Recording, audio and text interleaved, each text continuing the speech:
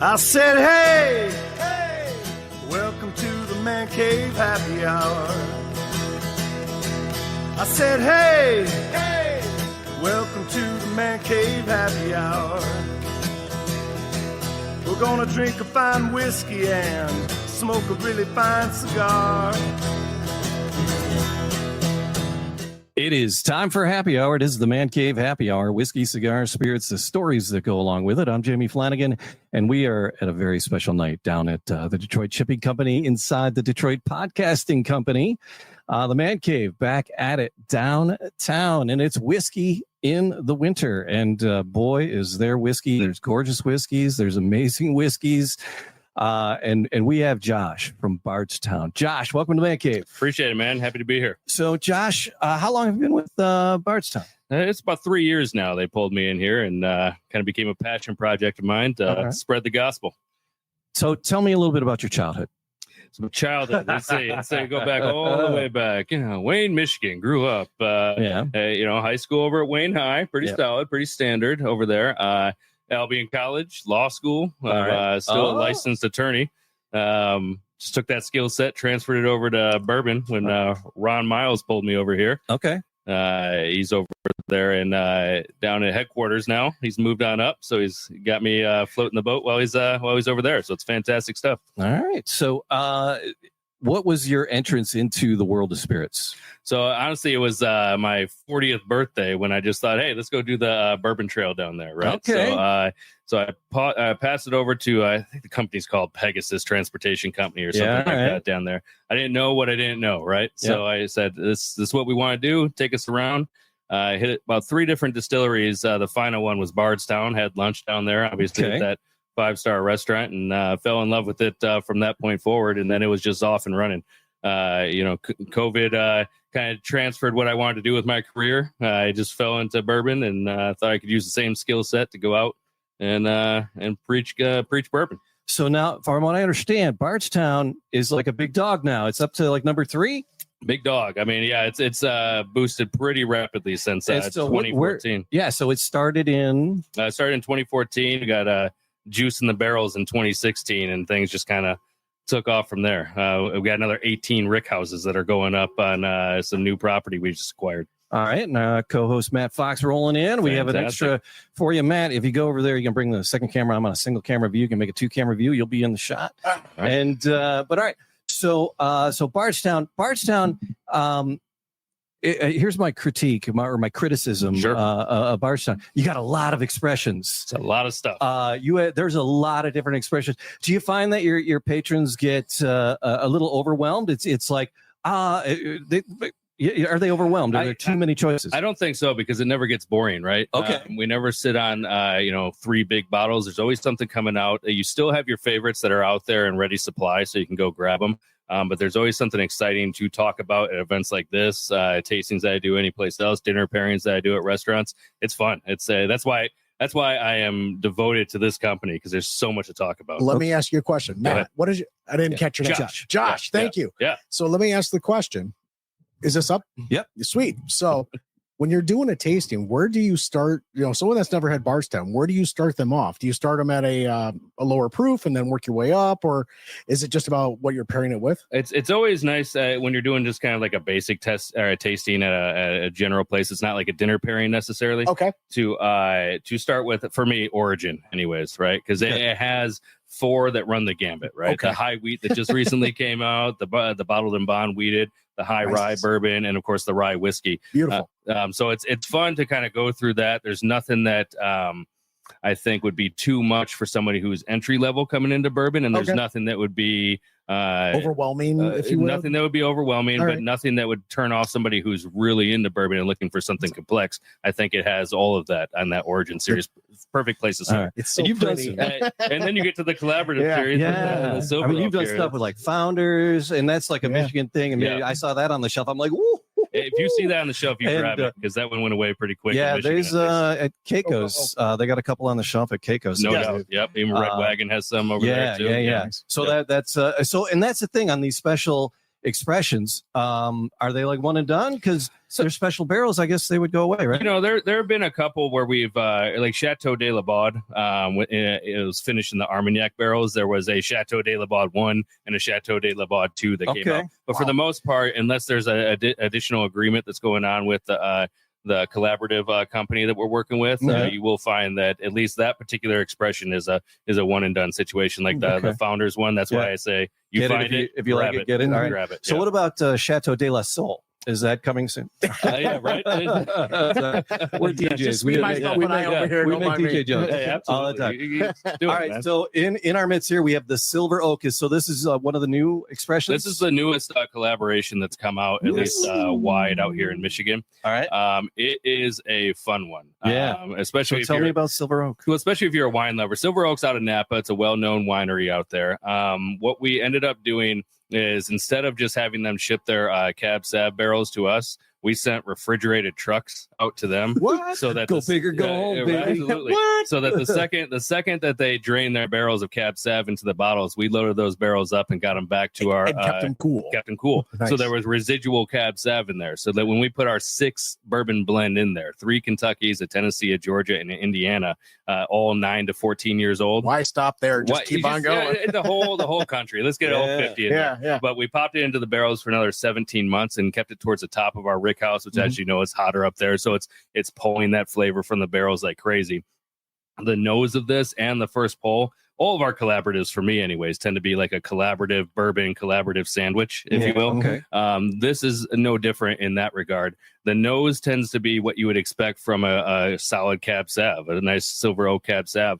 And that first pull even is where you're getting a lot of like maybe baked strawberries, the cocoa, the cinnamon notes, which holds true, honestly, about to mid palate. And then you get that bourbon blend in there where you get some of the bite from the bourbon that you would normally expect. And it finishes on the back end, with that cocoa, with that cinnamon, with a little heat, but it's kind of like a wine bourbon hybrid the way you feel. You got the heat from the bourbon and the taste from the just looking at the bottle from here, Josh, with the light behind it from the laptop there, you can see the red. Oh yeah, you can. You can really see nice. that coloring there. That and when you put this up side by side with one of our origins, which is just your traditional bourbon, it's not a non-finished one, you can absolutely see that. That's right. You can just see it. I could see the cab just floating around, and they're going, "Try me." Exactly, and that's a product of where you put it in the rick house, right? Like up there, it just sucked the flavor and the essence of that Cab Sav from the barrels right there. It's great. Oh, nice. I took a sippy. I've been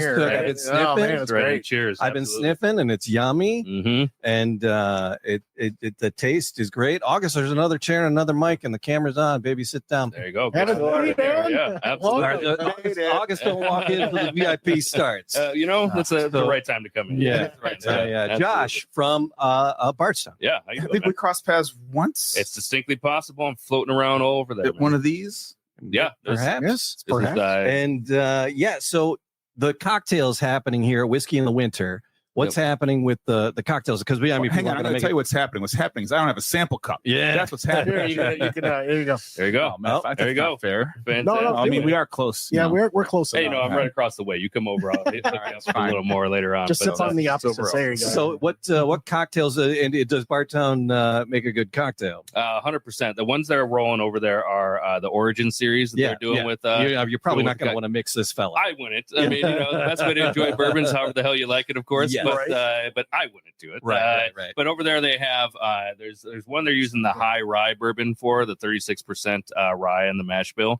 It's more one that it's a lighter one, if you will, right? There's some lime juice in there. They asked if they should use the wheateds for that, and I said, I don't really think that would blend too well. I think the wheateds are, they're rich, they're hearty. And I think the lime juice is something that lends itself better to that high rye bourbon. So they're doing that one over there. And then they have a wheated Boulevardier that they're doing as well with the Bottled and Bond, which is 20% wheat. I told them they could probably, change out the high wheat too if they wanted to do that as well. That's at 39% wheat. It's the highest wheat content of any mash bill in Kentucky. And what is it? What's that? What's the mash bill on that? So it's 39% wheat. Obviously, the majority corn. It is about 5% malted barley in there. So, 39%. 39%, it's up there. And while it doesn't necessarily add additional sweetness for me anyways, I think what it does do is provide a very viscous, silky mouthfeel, and it keeps that finish kind of up higher. It's a 106 proof. Mm-hmm. So while you get a Kentucky hug, right, it's a higher hug. One, right? Right. And it's a shorter finish, so it keeps you coming back to that bottle, by design, of course, right? Sweet. Let's do it. So on the second sip, I'm getting like a rye taste in here. I'm getting that spicy, maybe even weedy. So yes, if you look at the mash bill with the 3 Kentuckys, the second dominant grain in all of them is rye. So you are going to get that rye. You're going to get like towards that back end is where some of that cinnamon from they would normally expect from a good rye is going to kind of come forward too. Blend nicely with the Cab Sav with the little cocoa. Each next sip is different. Is more. I'm on sip 1, so my tongue is still numb. Yeah, that's how you got all the pain. That second and third sip are it's interesting things going on right in the middle. Yeah, okay. It's lingering, it's hanging around in such a splendid way. It really is. The Bardstown Silver Oak Collaborative Series.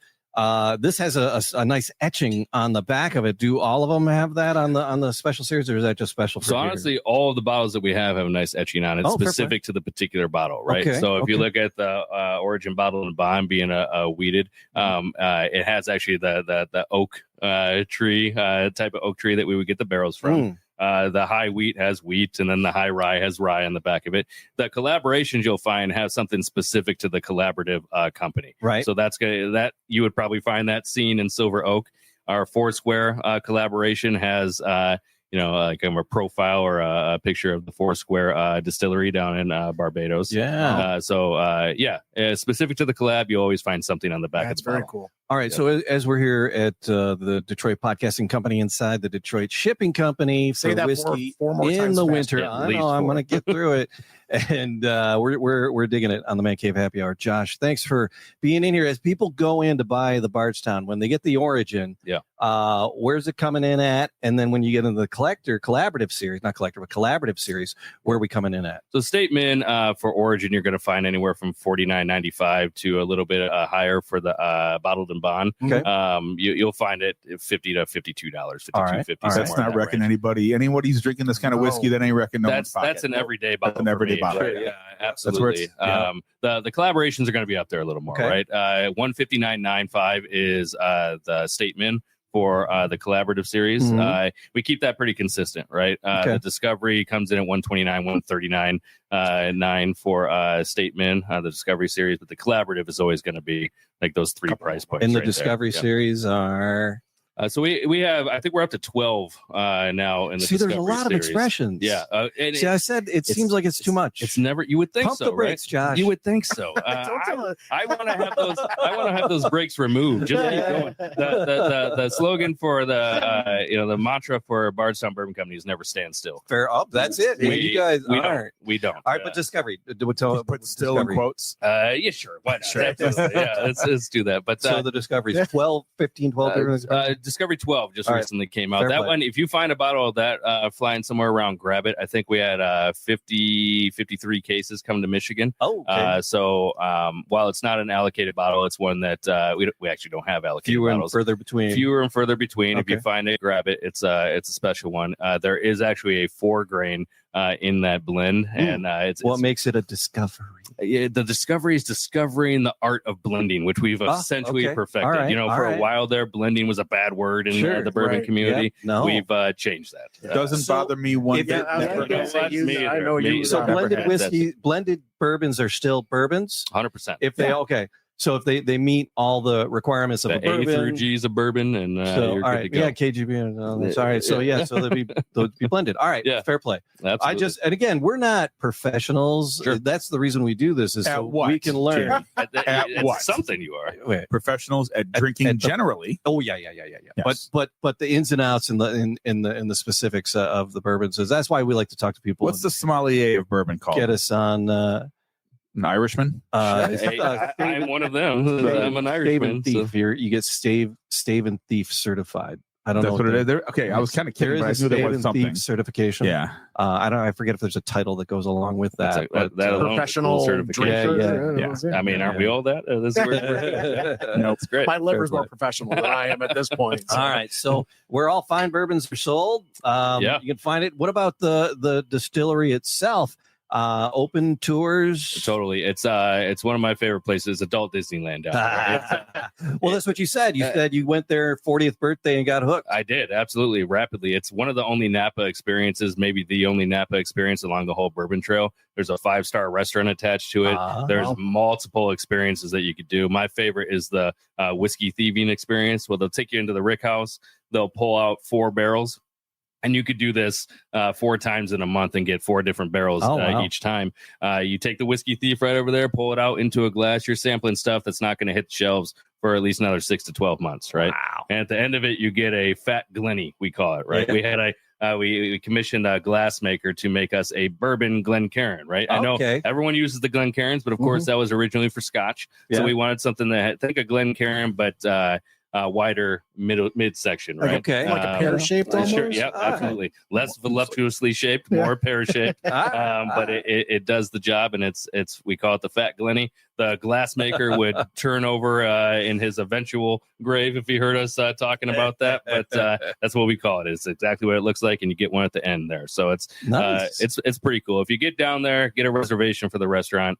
Fantastic stuff. It's top notch. And then the website, I'm trying to see if it's on here. Bardstownbourbon.com. Bardstownbourbon.com. All right. Yeah. And then there's a QR code, and it says right there, never stand still. There you go. On the label. I wasn't lying. Let's do it. Keep moving. Fair play.